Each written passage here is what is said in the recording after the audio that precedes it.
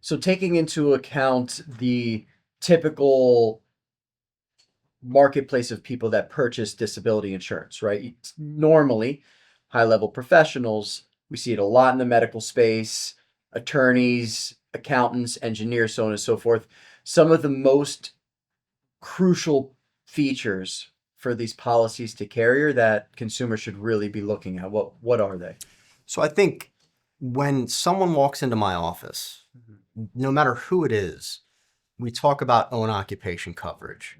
And again, this is an umbrella topic that often confuses people with what they have. A lot of the base policies that we see are marketed and sold as an own occupation policy.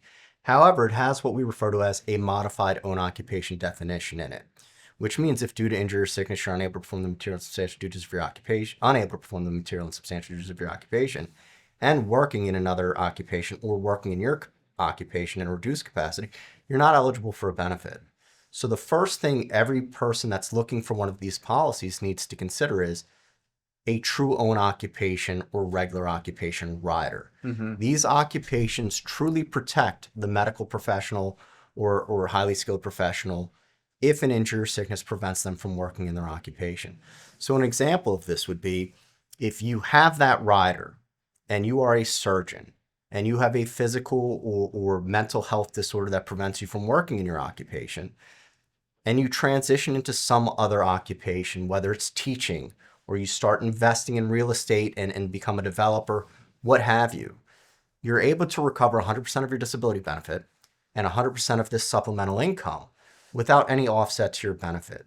Without that rider, if someone is unable to work in their occupation due to an injury or sickness, but chooses to do something else, they're no longer eligible for a total disability benefit.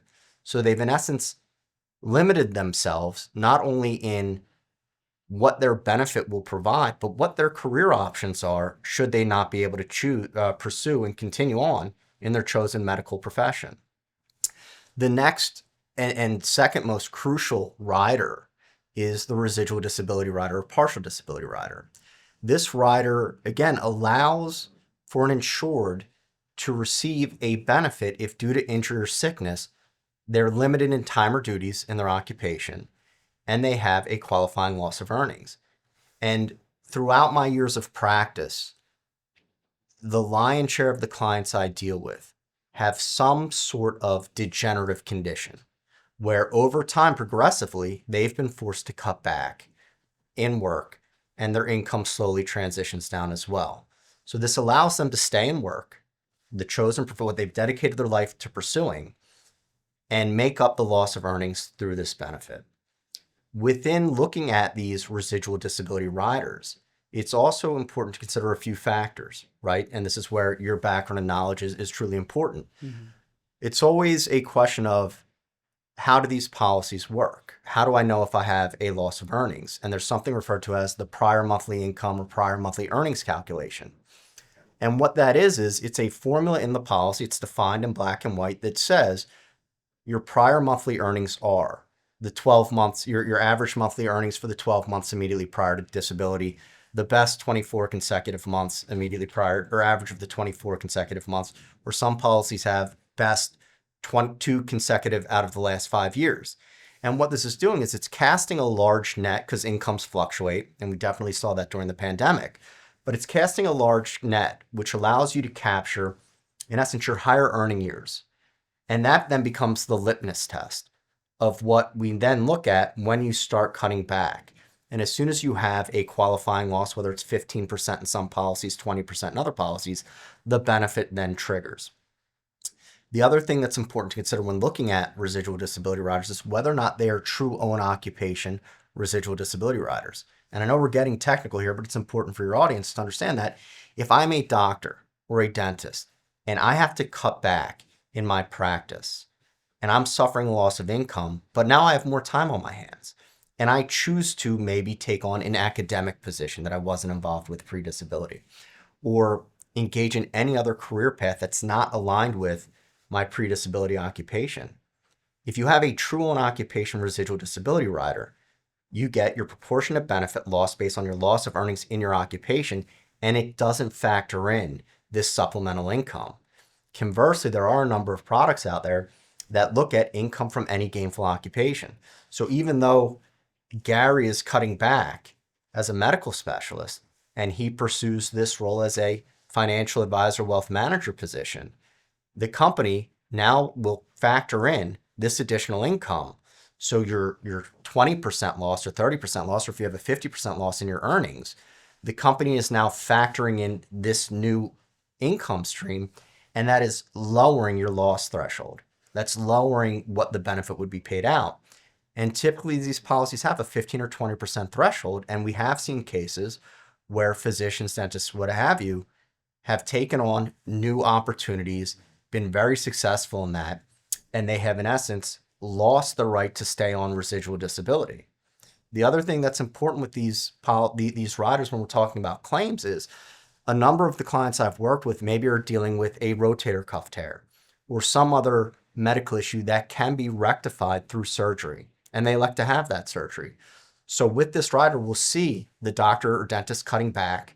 They are eligible for a partial disability benefit. They get to a point in time where they need to have surgery. They have the surgery. At that point, they're totally disabled because they're unable to work in any capacity. And really, after surgery, it's a question of how did the surgery go? Are there any residual symptoms or complications? Are they able to get back to work part-time? Some are, some aren't. Mm-hmm. But they then have that coverage where, okay, on the front end, as they were transitioning to having surgery, they had protection. Surgery and during post-surgical recovery, they have protection while they're totally disabled. Then many will transition back into work when you're recovering from one of these procedures. It could be 6 months a year, if ever, but they then have partial disability. Hopefully they come off claim and they're able to get back to 100%, if not more, of their pre-disability earnings without restrictions or limitations. But other doctors are on claim or professionals are on claim with a partial throughout the maximum benefit period.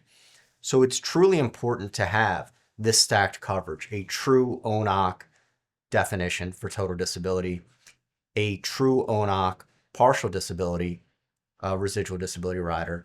But if that's not available, again, the verbiage in those policies matter. I think other stack-on riders that are truly important is the future increase option or benefit increase option, which is a rider that when you take your policy out, you have a base benefit based on the enrollment limit. You can't elect to have a $20,000 a month benefit if you're not making 60% of your gross income doesn't fall within that threshold. But this allows the policy to grow with a resident or attending as their income grows. So if someone is in a financial situation where they initially get a $5,000 a month policy, they can elect this rider. It no longer requires medical underwriting, or some do, and they should be mindful of that. But the policy grows, the benefit grows, purely requiring financial underwriting. So all they have to do is submit their year-end tax returns, W-2s, proof of earning statements to validate the increase. It's important to know that, certain riders with certain providers may have caveats in those riders that say if you do not exercise the option within the first year or set number of years, that you waive the right. So it's A, important to have the rider, but B, to make sure you understand the rider. Another important rider is the cost of living adjustment. So we refer to it as COLA in the industry, but what in essence it does is the same thing as the future increase or benefit increase option allows you to pre-claim. The COLA, if you are on claim, whether it's total disability or partial disability, it allows the monthly disability benefit to increase after the first year based on whether, and again, it all depends on what's in the rider. It can be a set percentage, or it's based on the CPIU, Consumer Price Index, for the months prior. So I have clients that have been on claim for 10 years that have COLA, and every year their benefit goes up. I have clients who don't have COLA during that same 10-year period, and their benefit has remained stagnant. So the clients that have the COLA benefit, when they look at what the initial benefit was, and they look at what they're getting now, especially over a 10-year period or even a 5-year period, that increase in benefit is significant. Mm-hmm. And given what we went through the past couple of years with inflation, it's truly important. I think other riders or other factors to consider outside the world of riders is the elimination period. As we mentioned earlier, they'll have an option in the application for 30, 60, 30 days, 60 days, 90 days, 180 days, 365 days. Whenever I'm working with my clients and I'm looking at the coverage, that is one of the key components. If I have someone with a 365-day elimination period, so do you have the financial resources to get through a year without your income? And it causes a lot of financial stress on people. With the Social Security statistics that we discussed previously, statistics show after 3 months, people are going to struggle to pay their normal living expenses. By 1 year, 65% of disabled professionals will struggle. So the average of what I typically see, or I would say the lion's share of what I typically see, is 90 days. That's something when you're discussing this with your clients that they really need to look at and figure out. If my income stopped tomorrow, how long can I continue to pay my mortgage, my car insurance, everything else, before it really takes a toll? And then the final thing, when you're, again, looking at the application for coverages, the maximum benefit period. In the early 2000s, we saw kind of the shift with policies where we saw companies issuing a 5-year term policy, is what I'll refer to it as. We've kind of seen the companies get away from that, and they're back to offering, through age 65, through age 67, through age 70. Some still have lifetime, but they're extremely expensive, and it's a heck of a rider or add-on if you can get it. But really the focus is right now when we look at this is Social Security retirement age is, depending on your date of birth, typically 66 and 6 months or 67. So looking at what makes the most sense for someone, I always say, listen, if you have to rely on this policy, you're better off getting the policy that pays the longest possible benefit versus something that cuts you off sooner in time.